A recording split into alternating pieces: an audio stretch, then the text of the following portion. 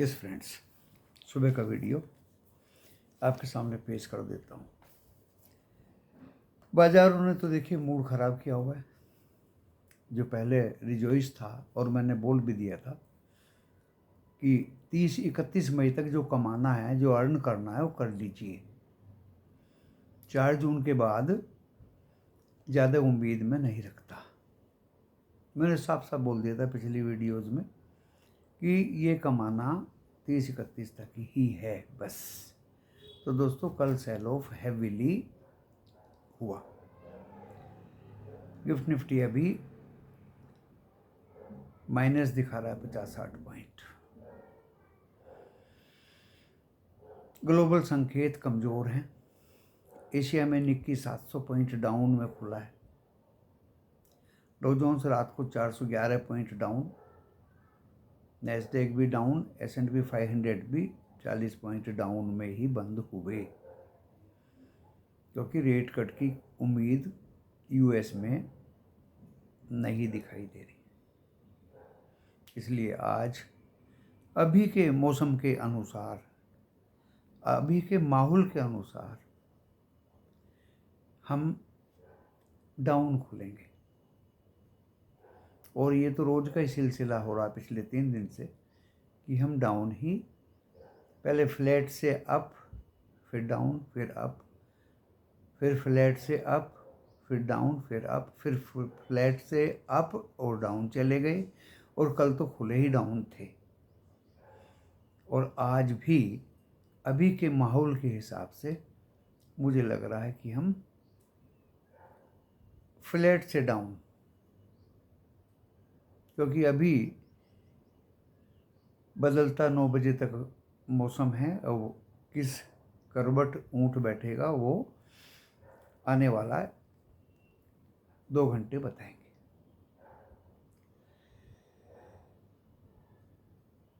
Tata steel results पहले ही expected थे कि गिर के आएंगे, कुछ डाउन आएंगे,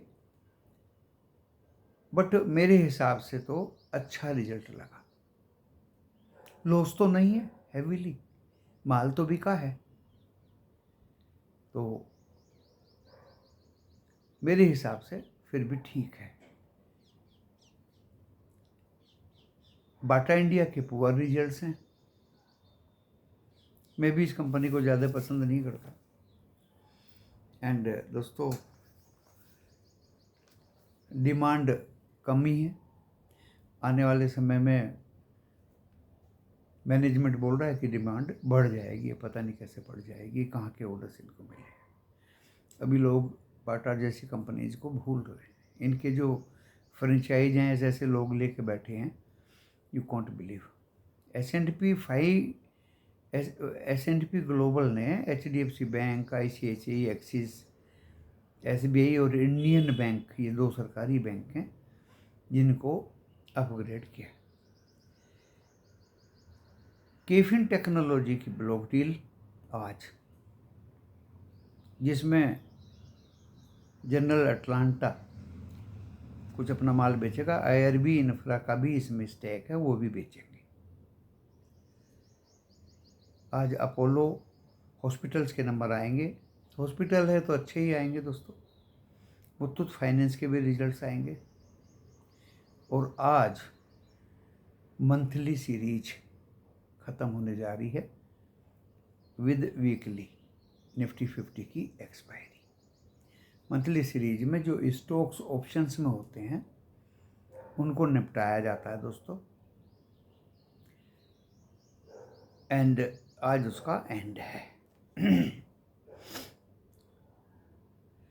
ये साल 21,000, ये मंथ जो मई का मंथ है, इसमें 21,821 नीचे और 23,110 ऊपर निफ्टी 50 टच किया, यानी 1200 के लगभग अप मूवमेंट भी दिखाया। और अभी है 22,600 पे, बोल दीजिए 22,700 पे है अभी, 705 आज की तारीख में। 705 का मतलब मेरे हिसाब से मोटा मोटा हो गया दोस्तों कि बीच में ही है, ना ऊपर ना नीचे। अभी जून सीरीज आज से शुरू हो जाएगी। ये इलेक्शन आउटपुट की सीरीज है, कैसा आउटकम आएगा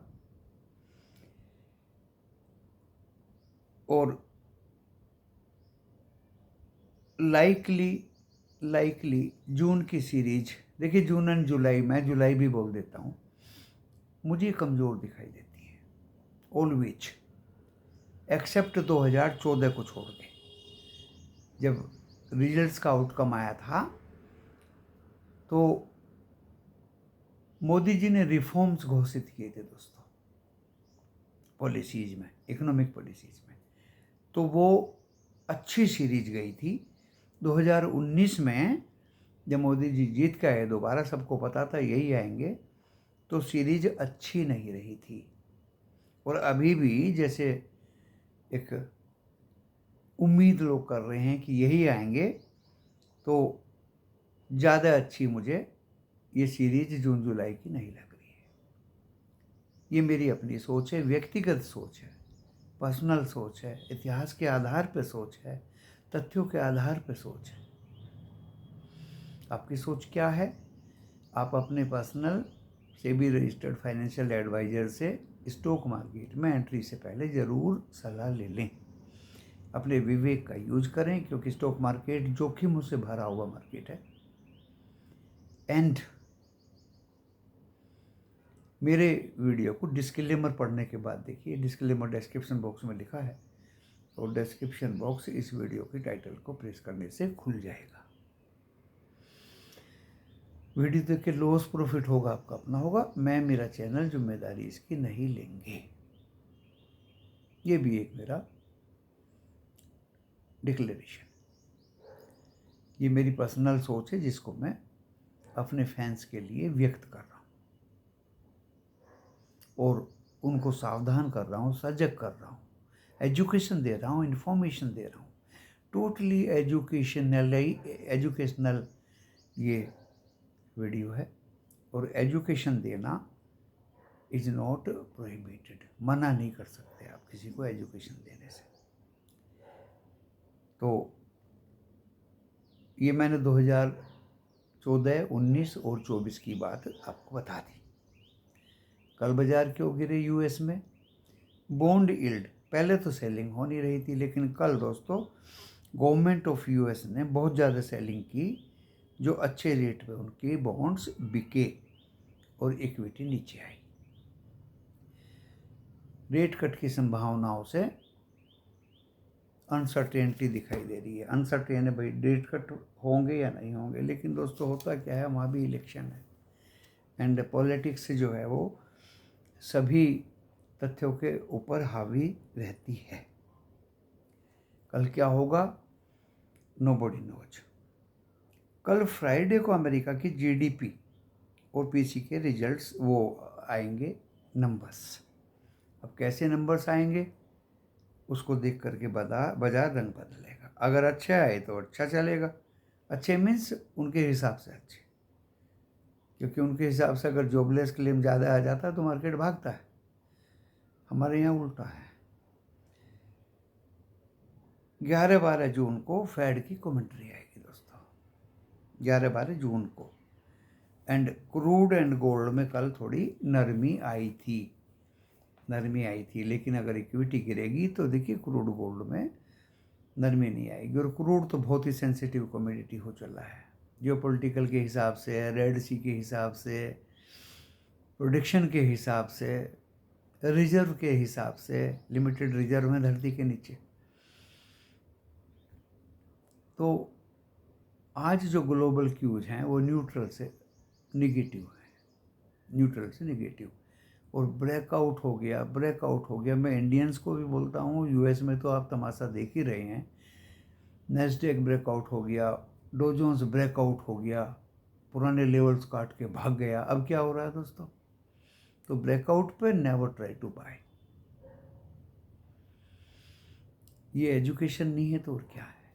शिक्षा देता हूँ, एजुकेशन देता हूँ, मैक्सिमम ज़्यादा से ज़्यादा आपको लर्निंग देता हूँ दोस्तों।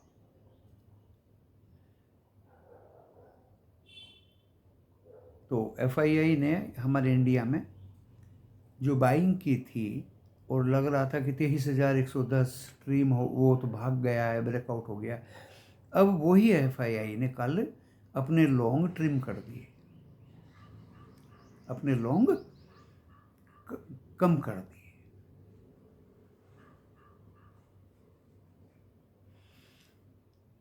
जहाँ तक स्टोक्स की बात है, बाटा के रिजल्ट्स ठीक नहीं है। केविन में ब्लॉक डील, JMR तो लॉस में चल ही रहा, मैं तो पसंद ज़्यादा करता नहीं हूँ इसको।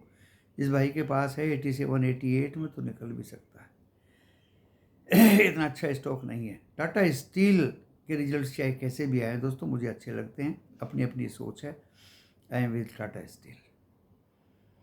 ऐसा नहीं मेरे पास नहीं है, मेरे पास पहले से भी शेयर्स हैं इसके, ये डिक्लेरेशन है मेरा।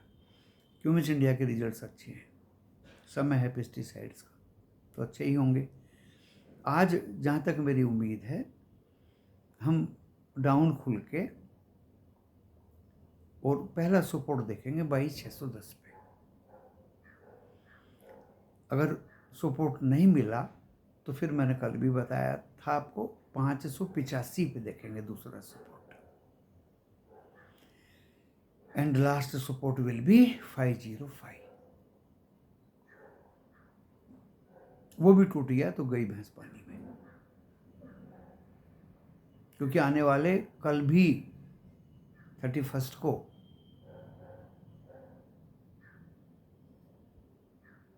यही सब कुछ रहा तो प्रॉब्लम दिख रही है। बात आती है रेजिस्टेंस की। देखिए सीधी सी बात है, पहला रेजिस्टेंस अगर ये बढ़ने लगा तो 810 आएगा। 810 के ऊपर सस्टेन करता है तो 866 आएगा। ये गिने चुने नंबर हैं दोस्तों, जो कि तो आप प्रस्तुत कर सकते हैं। 893 and 998 will be last, 22,998। Uncertainty है, यहाँ भी मैं इतिहास को दोहरा रहा हूँ। अगर बुधवार को पिछले 3, 4, 5 ओकेजन्स पे ऐसा हुआ, गिरा है बाजार, तो थर्सडे को थोड़ा संभला है। और आज अगर नहीं संभला, वो मुझे देखना पड़ेगा कि वो थर्सडे मंथली एक्सपायरी के थे या किस प्रकार के थे, पूरा अध्ययन करना पड़ेगा। और अगर वो आज नहीं संभला तो कल भी वीकनेस दिखाई देगी। It will be continue till tomorrow. और आज संभल गया तो कल मजबूत हो ही जाएंगे। तो अनसर्टेनिटी है, कॉन्फिडेंस आ जाए तब कुछ करने में मजा है दोस्तों। Otherwise to lose money is not a wise decision. Bank Nifty देखिए, मेरा तो 48,330 है। अगर ये कट गया तो दोस्तों फिर, क्योंकि आज मंथली एक्सपायरी है, स्टॉक ऑप्शंस में भी आपने कल देखा होगा FII ने सेल किया, इंडेक्स फ्यूचर में भी सेल किया, कैश में भी सेल किया। तो आज स्टॉक फ्यूचर में जिस भाई ने कॉल अपना HDFC, ICICI एक्सिस इनके लिया हुआ होगा, तो ऑपरेटर क्यों लीलियंसी बरतेगा, वो थोड़ा और खींच देगा। That is the matter. तो 48,330 और एक बार 48,000 और उसके नीचे 810, 47810, यहाँ तक रेजिस्टेंस है। तो सीधे सीधे 48,810, यहाँ भी 10, उसके ऊपर सस्टेन करता है तो फिर ये कोशिश करेगा 49,022 की तरफ जाने की, और वो काट दिया तो दोस्तों 49,210 भी जा सकता है 3 बजे के आसपास, शॉर्ट कवरिंग की वजह से। ये सब शॉर्ट कवरिंग की वजह से होता है दोस्तों। इतनी बढ़िया कमेंट्री आपके सामने एक वीडियो मैंने पेश किया, आपने इसको सुना, आप इसे सुनेंगे, आप इसको सुनते रहेंगे, आगे पीछे करके लेवल्स को ध्यान में रखेंगे और मैं कोशिश करूँगा आगे भी ज़्यादा से ज़्यादा न्यूज़, इन्फॉर्मेशन, एजुकेशन, शिक्षा हर तरह की आपको प्रदान की जाए। नमस्कार।